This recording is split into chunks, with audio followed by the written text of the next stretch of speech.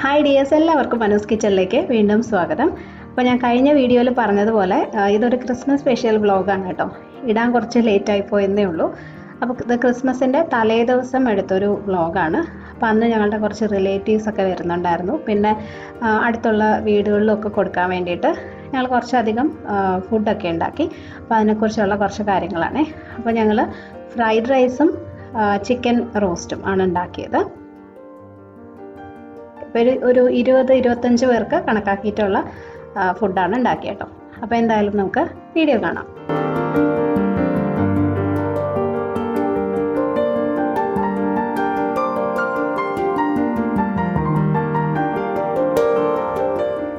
ഏകദേശം ഒരു 5 കിലോ ചിക്കനാണ് വാങ്ങിയത്.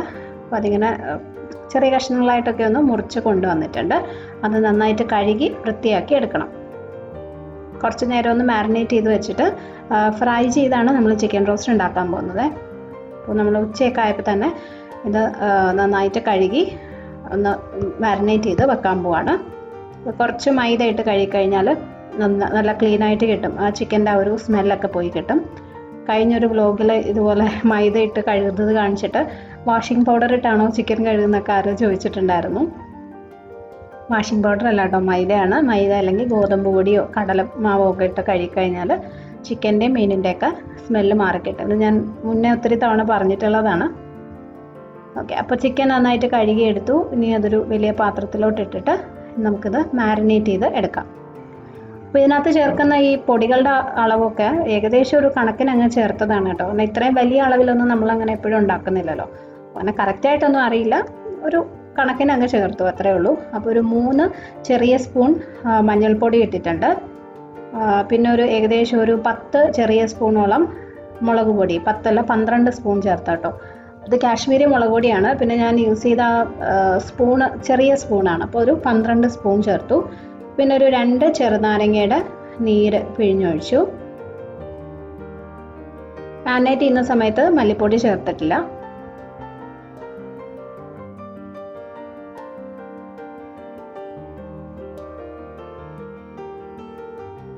ഇനി ഇതിൽ ആവശ്യത്തിനുള്ള ഉപ്പും കൂടി ഇടാം. ആദ്യം ഒന്ന് മിക്സ് ചെയ്ത് കഴിഞ്ഞപ്പോഴാണ് ഉപ്പിടാത്ത കാര്യം ഓർത്തത്. അപ്പോൾ ആവശ്യത്തിനുള്ള ഉപ്പും കൂടി ഇട്ടിട്ട് നന്നായിട്ട് മിക്സ് ചെയ്ത് വെക്കാം. ഇത് കുറച്ച് നേരം ഒരു 1 മണിക്കൂറൊക്കെ വെച്ചിട്ട് ഫ്രൈ ചെയ്യുന്നതാണ് കേട്ടോ നല്ലത്. അപ്പോൾ ചിക്കനിലോട്ട് നല്ലോണം മസാലയൊക്കെ പിടിക്കുമല്ലോ, അതാണ് ടേസ്റ്റ്. അപ്പോൾ നമുക്കിതൊരു 1 മണിക്കൂർ വെച്ചിട്ട് ബാക്കി കാര്യങ്ങൾ ചെയ്യാം. അപ്പോൾ ആ 1 മണിക്കൂർ കൊണ്ട് നമ്മൾ എല്ലാം സാധനങ്ങളും അരിഞ്ഞെടുത്തു. ചിക്കൻ റോസ്റ്റിനും അതുപോലെ ഫ്രൈഡ് റൈസിനുമുള്ള സാധനങ്ങളൊക്കെ അരിഞ്ഞു വെച്ചിട്ടുണ്ട്. അപ്പോൾ ഏകദേശം ഒരു 2 കിലോ സവോള ചെറുതായിട്ട് നല്ല കനം കുറച്ച് അരിഞ്ഞു.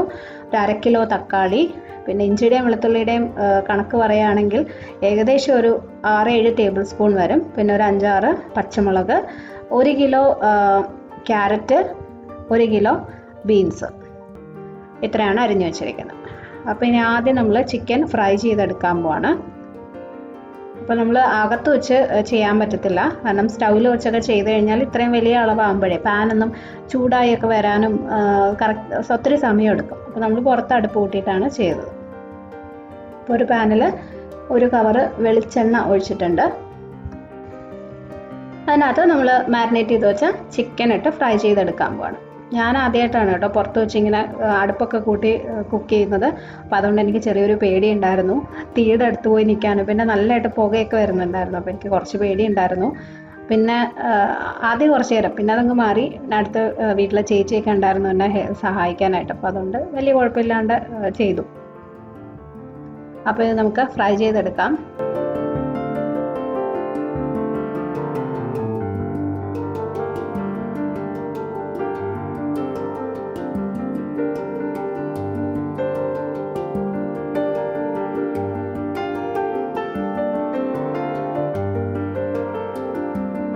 ഇതുപോലെ തന്നെ ബാക്കിയിരിക്കുന്ന ചിക്കനും ഒക്കെ ഫ്രൈ ചെയ്തെടുക്കണം.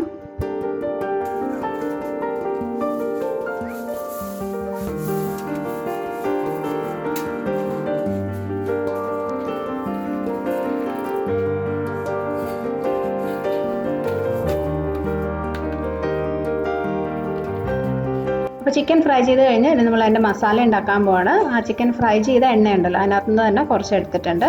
കുറച്ചും കൂടെ വലിയൊരു പാത്രത്തിൽ ഒരു 10 പീസ് പട്ട മാത്രമാണ് ചേർത്തിരിക്കുന്നത് കേട്ടോ. ഏലക്ക ഗ്രാമ്പൂ ഒന്നും ഇട്ടിട്ടില്ല.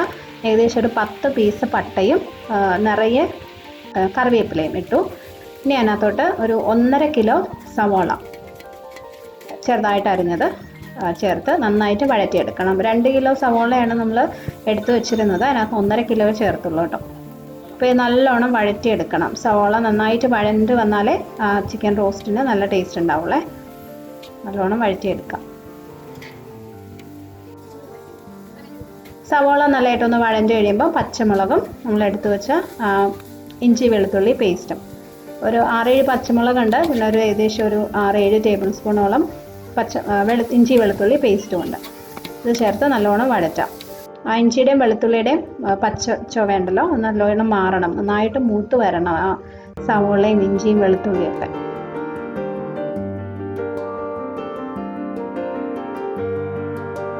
ഇനി ഇതിനകത്ത് നമ്മൾ അരിഞ്ഞു വെച്ച തക്കാളി ഒരു 1/2 കിലോയോളം തക്കാളി ഉണ്ട്, അതും കൂടെ ചേർത്തിട്ട് നല്ലോണം വഴറ്റാം. തക്കാളി നല്ലതായിട്ട് വെന്ത് വന്നിട്ട് നമുക്ക് മസാലകൾ ചേർക്കണം. ഒന്നാമത് അലൂമിനിയം പാത്രം കൂടി ആയതുകൊണ്ട് നേരെ മസാല ചേർത്ത് കഴിഞ്ഞാൽ അത് അടിയിൽ പിടിക്കും. അപ്പോൾ തക്കാളി ചേർത്തിട്ട് മസാല ഇട്ടാൽ മതി. അപ്പോൾ ഇതിനകത്ത് ആദ്യം ഒരു 2 ടീസ്പൂണോളം മഞ്ഞൾപ്പൊടി ഇട്ടിട്ടുണ്ടായിരുന്നു കേട്ടോ. അത് ഞാൻ വീഡിയോ കട്ടായിപ്പോയി, അത് എടുക്കാൻ പറ്റിയില്ല. അപ്പോൾ 2 ടീസ്പൂൺ മഞ്ഞൾപ്പൊടി ഇട്ടു. പിന്നെ ഒരു 5 ടീസ്പൂണോളം മുളക് പൊടി ഇട്ടു. 5 ടീസ്പൂൺ തന്നെ മല്ലിപ്പൊടിയും ഇട്ടു. ഓക്കെ, ഉള്ള ചിക്കനിലും കുറച്ച് മസാലയൊക്കെ ഉണ്ടല്ലോ, അപ്പോൾ ഇതിന് വേണ്ടിയിട്ട് മാത്രമുള്ള പൊടികൾ ചേർത്താൽ മതി.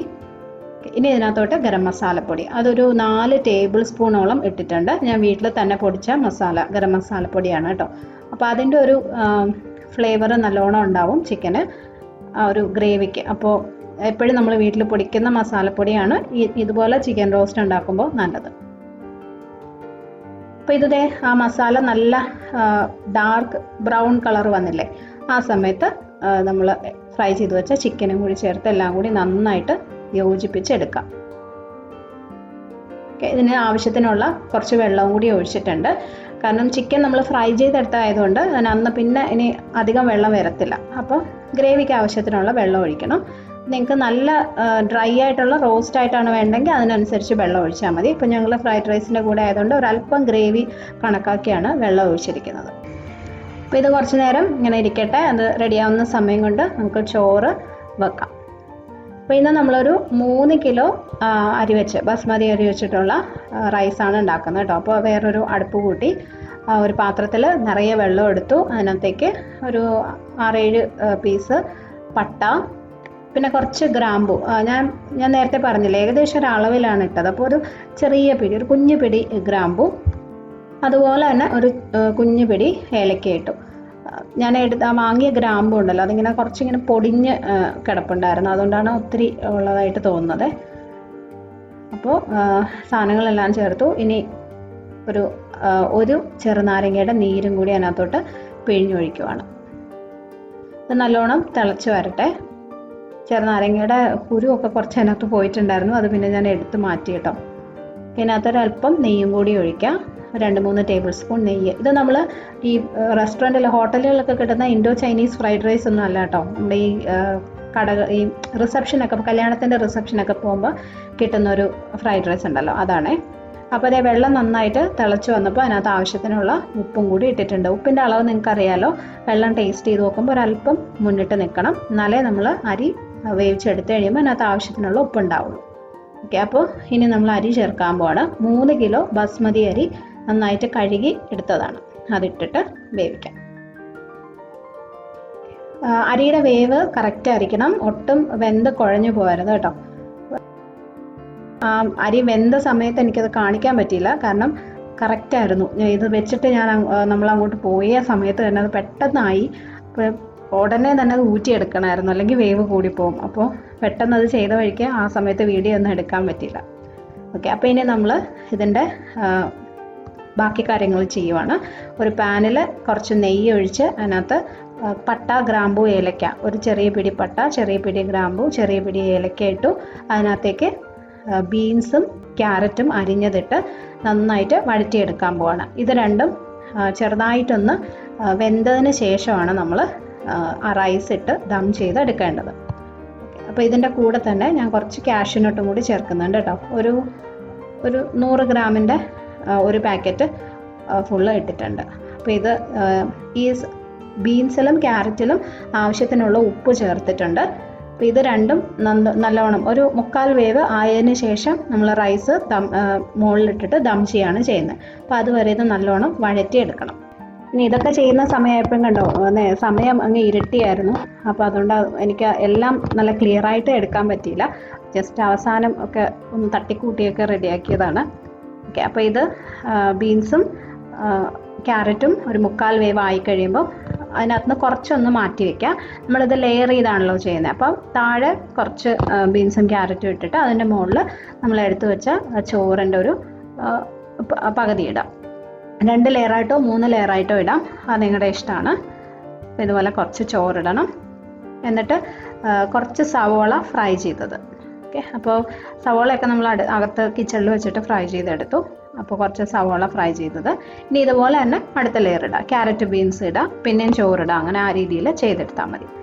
പിന്നെ അതുപോലെ ഓരോ തവണയും ഓരോ ലെയറും ചോറിട്ട് കഴിഞ്ഞിട്ട് അതിൻ്റെ മുകളിൽ ഒരല്പം പൈനാപ്പിൾ എസൻസ് ഞാനൊന്ന് ഒഴിച്ചു കൊടുത്തിട്ടുണ്ടായിരുന്നു കേട്ടോ. ഒരു 3-4 തുള്ളി ഓരോ ലെയറിൻ്റെ മുകളിലോട്ട്, ചോറിൻ്റെ മുകളിൽ. ആ പൈനാപ്പിൾ എസൻസ് ചേർക്കുമ്പം നല്ലൊരു ടേസ്റ്റാണ്, ഒരു പ്രത്യേക ടേസ്റ്റാണ്. ഇത് ചെറിയ അളവിൽ ഉണ്ടാക്കുന്ന ഒരു വീഡിയോ ഞാൻ മുന്നേ ചെയ്തിട്ടുണ്ട്, കല്യാണ വീട്ടിലെ ഫ്രൈഡ് റൈസ് എന്ന് പറഞ്ഞിട്ട്. അതിനകത്ത് ചെറിയ ചെറിയ മാറ്റങ്ങളൊക്കെ വരുത്തിയിട്ടുണ്ട്. അതിൽ ഞാൻ ഈ പൈനാപ്പിൾ എസൻസ് ഒന്നും ചേർത്തിട്ടില്ല, പക്ഷെ അത് ചേർക്കുന്നതാണ് കൂടുതൽ ടേസ്റ്റ് കേട്ടോ. അപ്പോൾ ആ വീഡിയോയുടെ ലിങ്ക് ഞാൻ താഴെ കൊടുത്തേക്കാം, നിങ്ങൾ ട്രൈ ചെയ്ത് നോക്കൂ. അതിൻ്റെ കൂടെ ഈ പൈനാപ്പിൾ എസൻസും കുറച്ച് കാഷ്യൂനട്ടും ഒക്കെ ചേർത്ത് കഴിഞ്ഞാലും കൂടുതൽ ടേസ്റ്റി ആയിരിക്കും. ഓക്കെ, അപ്പോൾ നമ്മൾ ഒരുവിധം എല്ലാം ലെയർ ചെയ്തെടുത്തു. ഏറ്റവും മുകളിലായിട്ട് കുറച്ച് കൂടി ബീൻസും ക്യാരറ്റും. അപ്പോൾ ബീൻസും ക്യാരറ്റും നമ്മുടെ ഇഷ്ടത്തിനനുസരിച്ച് ഒരു 3-4 പാർട്ടായിട്ട് മാറ്റി വെച്ചിട്ട് ഇതുപോലെ ഇടയ്ക്കിടയ്ക്ക് ലെയർ ചെയ്ത് കൊടുത്താൽ മതി. അപ്പോൾ ഇത് നമ്മളിനി അടച്ച് ഒരു 15 മിനിറ്റ് ഏറ്റവും ചെറിയ ജസ്റ്റ് ഒന്ന് കനലിലിട്ടിട്ട് ദം ചെയ്തെടുക്കുമ്പോൾ ഫ്രൈഡ് റൈസ് റെഡിയാവും. അപ്പോൾ നമ്മുടെ ഫ്രൈഡ് റൈസും ചിക്കനും റെഡി. ഫ്രൈഡ് റൈസ് ഒരുപാട് വെന്ത് പോയില്ല. ചോറ് ആദ്യം ഞാൻ പറഞ്ഞില്ലേ, നമുക്കൊരു ചെറിയ പേടി ഉണ്ടായിരുന്നു വെന്ത് പോയോന്ന്, പക്ഷെ നല്ലതായിരുന്നു, കറക്റ്റ് പാകത്തിനൊക്കെ കിട്ടി. പിന്നെ ഇത് എല്ലാവരും വന്ന് കഴിക്കുന്ന വീഡിയോ ഒന്നും എനിക്ക് എടുക്കാൻ പറ്റിയില്ല കേട്ടോ, ആ സമയമൊക്കെ ആകുമ്പോൾ നമുക്ക് തിരക്കായിരിക്കുമല്ലോ. അപ്പോൾ ഇതാണ് നമ്മൾ ഉണ്ടാക്കിയ ഫുഡ്. പിന്നെ ഇവിടെ ക്രിസ്മസിൻ്റെ തലേദിവസം ഇതുപോലെ പൂത്തിരിയൊക്കെ മേടിക്കും. നമ്മൾ ട്രാൻഡത്തൊക്കെ ആണെങ്കിൽ ദീപാവലിയൊക്കെ ആണല്ലോ, ദീപാവലിക്കേ ഇത് വാങ്ങിക്കുള്ളൂ, ക്രിസ്മസിനൊന്നും ഞങ്ങളങ്ങനെ വാങ്ങിക്കാറില്ല. പക്ഷേ ഇവിടെ ഇത് മസ്റ്റാണ് കേട്ടോ, എല്ലാ വീടുകളിലും ഉണ്ടാവും. ഞങ്ങളും കുറച്ചൊക്കെ മേടിച്ചു.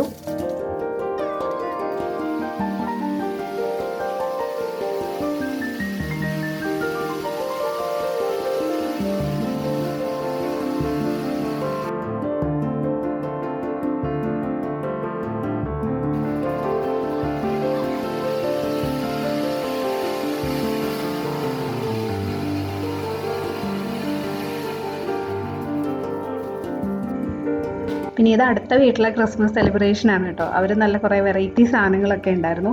അപ്പോൾ നമ്മൾ കുറേ നേരം അതൊക്കെ കണ്ടു നിന്നു. വീടൊക്കെ നല്ലതായിട്ട് ഡെക്കറേറ്റ് ചെയ്ത് നല്ല ലൈറ്റ്സ് ഒക്കെ ഇട്ട് നല്ല ഭംഗിക്ക് വെച്ചിട്ടുണ്ടായിരുന്നു അവർ. അപ്പോൾ ഇത്രയൊക്കെ ഉള്ളൂ. ഇതായിരുന്നു ഞങ്ങളുടെ ഒരു കുഞ്ഞ് ക്രിസ്മസ് സെലിബ്രേഷൻ. നിങ്ങൾക്ക് ഈ വ്ലോഗ് ഇഷ്ടമായിട്ടുണ്ടാവുമെന്ന് വിചാരിക്കുന്നു. ഇനി ഒരു ന്യൂ ഇയർ വ്ലോഗും കൂടി ഉണ്ട്, അതും ഉടനെ തന്നെ പോസ്റ്റ് ചെയ്യാം. അപ്പോൾ ഈ വീഡിയോ നിങ്ങൾക്ക് ഇഷ്ടമായെങ്കിൽ ലൈക്ക് ചെയ്യാനും ഷെയർ ചെയ്യാനും കമൻറ്റ് ചെയ്യാനും മറക്കരുത്. സബ്സ്ക്രൈബ് ചെയ്തിട്ടില്ലാത്തവരുണ്ടെങ്കിൽ ചെയ്യാനും മറക്കല്ലേ. അപ്പോൾ അടുത്തൊരു നല്ല വീഡിയോ ആയിട്ട് ഉടനെ തന്നെ വീണ്ടും കാണാം. Bye friends, thank you for watching.